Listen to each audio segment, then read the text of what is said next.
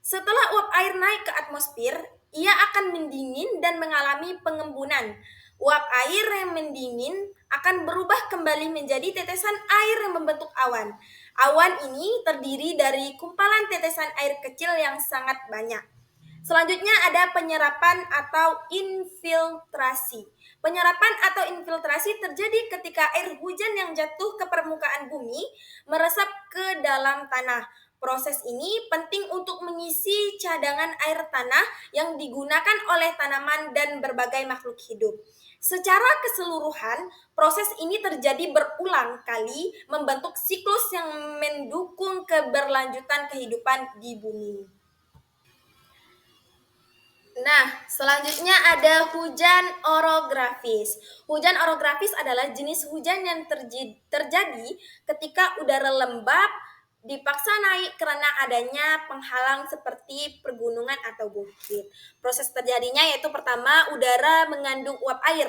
Udara yang mengandung uap air bergerak menuju pergunungan atau daerah yang lebih tinggi. Udara terdorong ke atas. Ketika udara ini menemukan pergunungan, udara terpaksa naik karena terhalang oleh pergunungan tersebut. Selanjutnya, pendinginan dan pengembunan. Saat udara naik, suhu udara akan turun dan uap air yang ada di udara akan mendingin. Proses pendinginan ini menyebabkan uap air mengembun dan membentuk awan.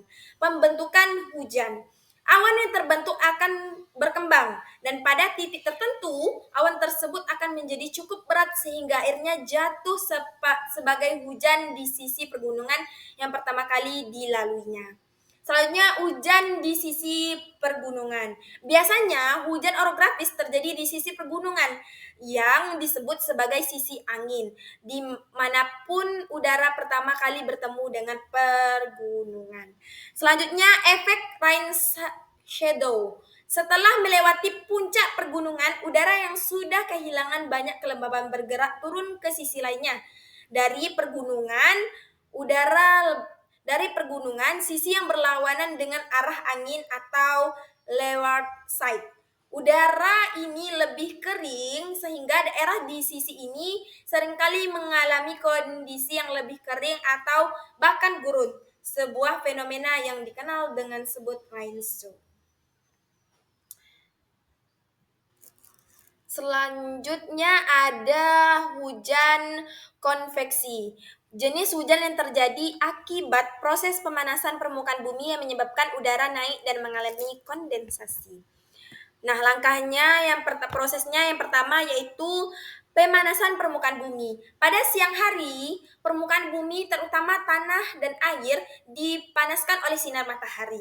Permukaan yang lebih panas ini memanaskan udara yang ada di dekatnya, membuat udara tersebut menjadi lebih ringan dan naik ke atas. Kenaikan udara panas. Udara yang lebih hangat dan lembab akan terangkat secara vertikal, membentuk arus udara yang naik. Udara yang naik ini membawa uap air yang terkandung di dalamnya. Selanjutnya ada pendinginan udara. Semakin tinggi udara naik, semakin rendah suhu udara tersebut. Proses pendinginan terjadi karena suhu udara di atmosfer semakin menurun seiring dengan ketinggiannya.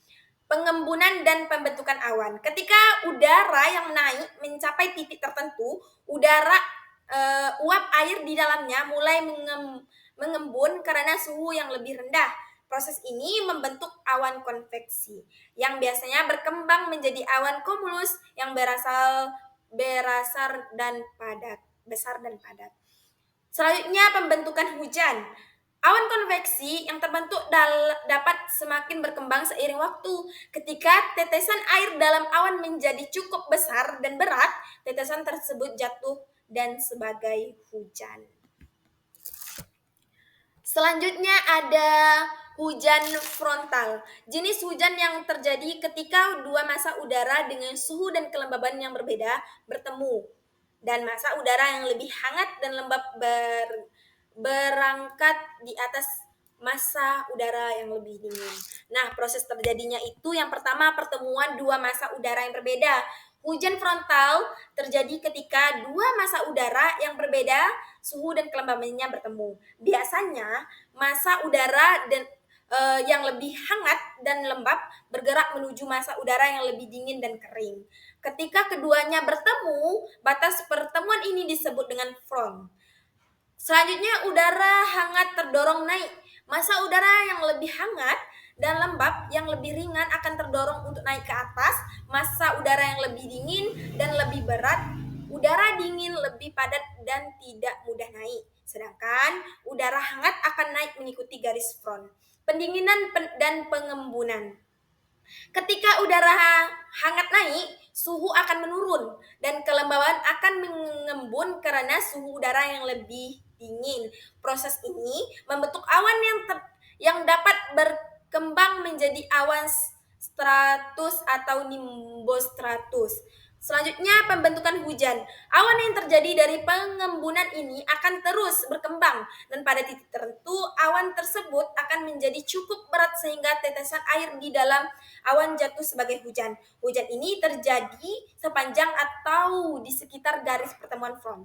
Jenis hujan frontal. Hujan frontal biasanya berlangsung lebih lama dibandingkan dengan hujan konveksi, tetapi intensitasnya lebih ringan. Hujan frontal bisa terjadi dalam bentuk hujan ringan hingga sedang yang berlangsung lebih lama.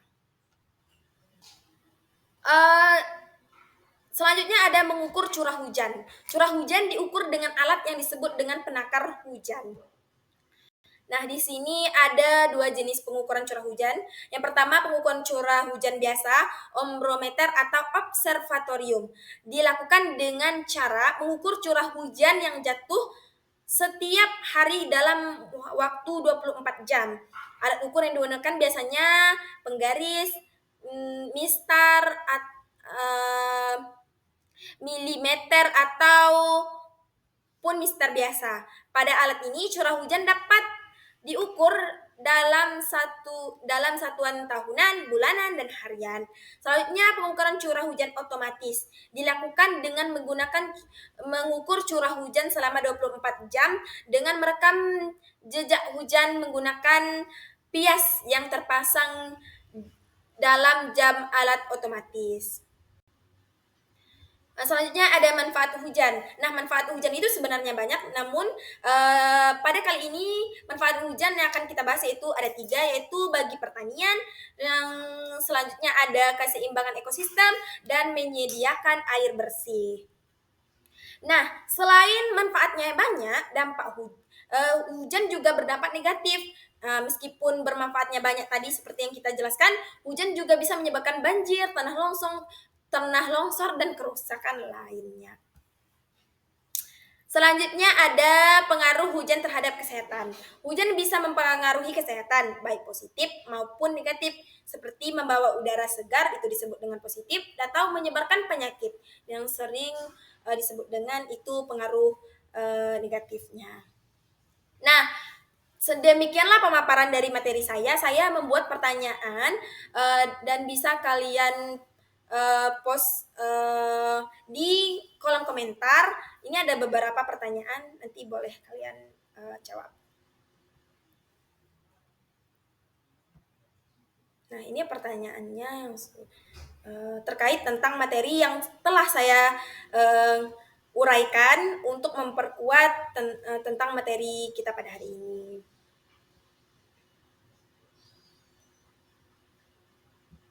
Nah, demikianlah pemaparan materi saya pada kesempatan kali ini. Lebih dan kurang saya mohon maaf jika ada salah-salah kata dan salah penyampaian. Saya mohon maaf sebesar-besarnya, mohon dikoreksi untuk bersama. Dan saya akhiri dengan wallahul muwaffiq ila aqwamit thoriq. Wassalamualaikum warahmatullahi wabarakatuh. See you next time.